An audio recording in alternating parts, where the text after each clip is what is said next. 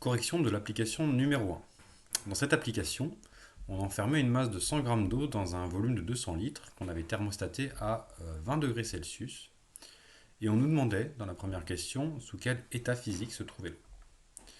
Alors pour répondre à ce genre de questions, ce qu'on va faire, c'est qu'on va faire une hypothèse et on va essayer de regarder si cette hypothèse est vraie ou pas.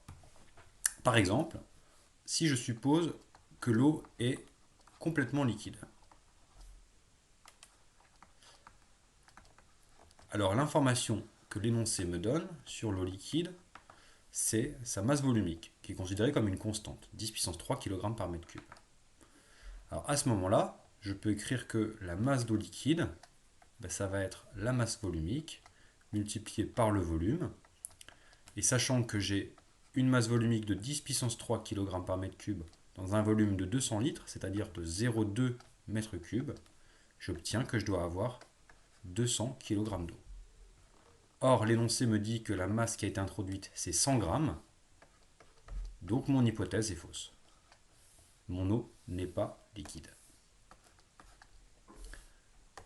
Alors, on va maintenant faire une deuxième hypothèse. On va supposer que notre eau est uniquement sous la forme gazeuse.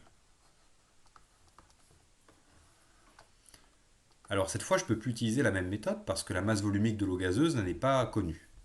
Alors moi je connais la température, je connais la masse, je connais le volume, donc je vais calculer la pression de mon gaz. Comme l'énoncé nous dit que le gaz peut être considéré comme un gaz parfait, je vais appliquer la loi du gaz parfait. Et donc la pression de mon gaz, ce sera nRT sur V. La quantité de matière N, c'est aussi la masse sur la masse molaire. Et donc j'obtiens que la pression s'écrit sous cette forme-là. Lors de l'application numérique, attention, il faut bien penser à convertir la masse molaire en kilogrammes par mol, parce que l'unité de la masse, c'est le kilogramme dans le système international. Pareil pour la masse M en kilogrammes et le volume en mètres cubes. Et si on fait ça, on trouve une pression de 7600 pascal. Alors cette pression, on va venir la comparer à la pression de vapeur saturante de notre système à la température T. Dans l'énoncé, on nous dit qu'à 293 Kelvin, la pression de vapeur saturante, c'est 2300 kPa. 2300 kPa, c'est plus petit que la pression qu'on vient de trouver, donc on trouve que la pression P est supérieure à la pression de vapeur saturante à 293 Kelvin. Si cette condition était vraie, alors ça voudrait dire que l'état stable de notre système, c'est l'état liquide. Donc le système devrait être liquide.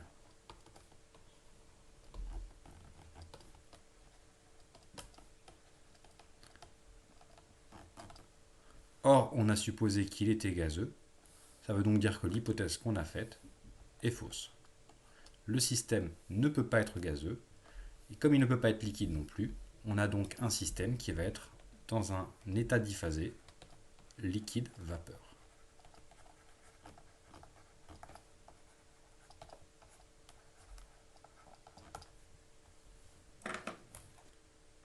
Dans la deuxième question, on nous demande de déterminer la composition du mélange, c'est-à-dire la fraction massique de liquide et la fraction massique de gaz.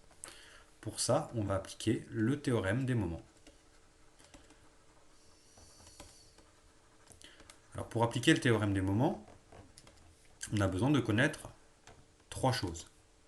On a besoin de connaître le volume massique de la phase liquide, le volume massique de la phase gazeuse et le volume massique de notre mélange.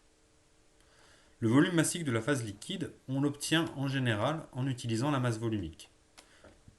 Le volume massique, c'est le volume sur la masse volumique, c'est la masse sur le volume, donc on a une relation d'inverse entre les deux.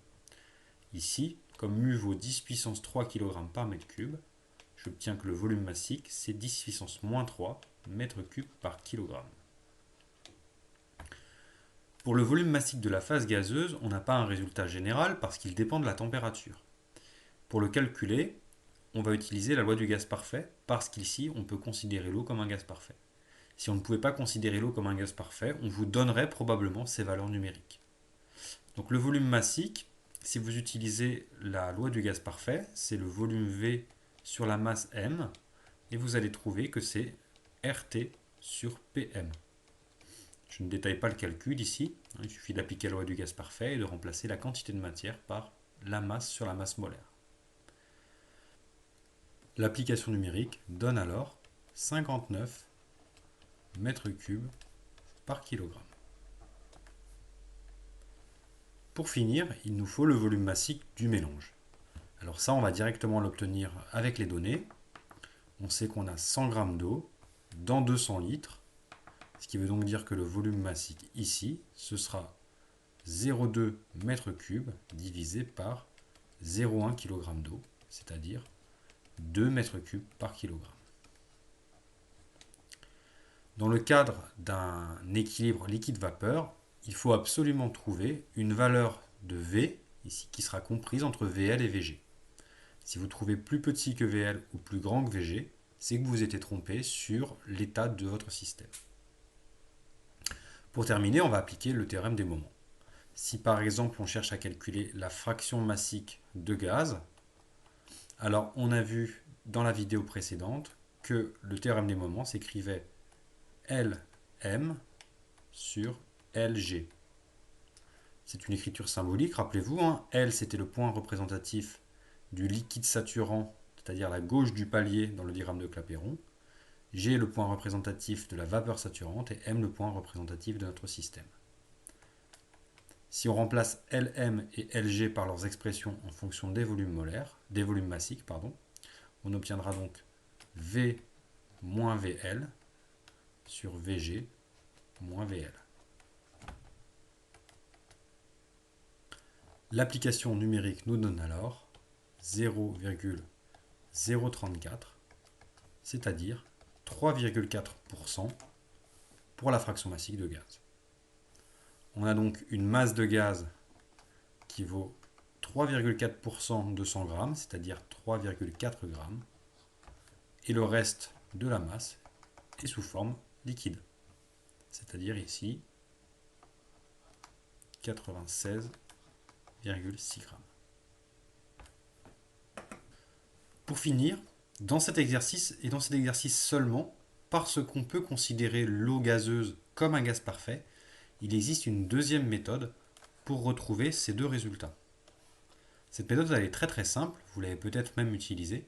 Il s'agit d'appliquer la loi du gaz parfait à la phase gazeuse. Alors je m'explique.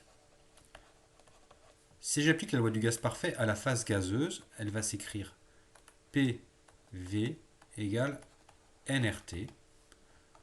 Et si je remplace la quantité de matière avec la masse, j'obtiens la relation suivante. Alors la phase gazeuse, sa pression, c'est la pression de vapeur saturante. Effectivement, la pression de vapeur saturante, c'est la pression du gaz quand on a un équilibre. Donc on connaît la pression ici, c'est Psat, et c'est donné dans l'énoncé. Deuxièmement, on peut faire l'hypothèse, qui est quasiment toujours vérifiée, que le volume de la phase gazeuse, c'est également le volume total de l'enceinte. C'est-à-dire que si on néglige le volume occupé par la phase liquide, on peut écrire que le volume V, c'est quasiment 200 litres. Enfin, on a les trois autres paramètres qui sont ici, et donc on va pouvoir calculer la masse M. On obtient donc que M, ce sera Psat V grand M sur RT. Et si on fait l'application numérique, on trouve de nouveau les 3,4 g, ce qui veut donc dire que l'hypothèse sur le volume que j'ai faite ici est vérifiée. Alors attention, n'abusez pas de cette méthode, elle ne marche que parce que j'ai pu négliger le volume occupé par la phase liquide et parce que j'ai pu considérer la phase gazeuse comme un gaz parfait. Il vaut mieux, dans le cas général, essayer de travailler avec le théorème des moments.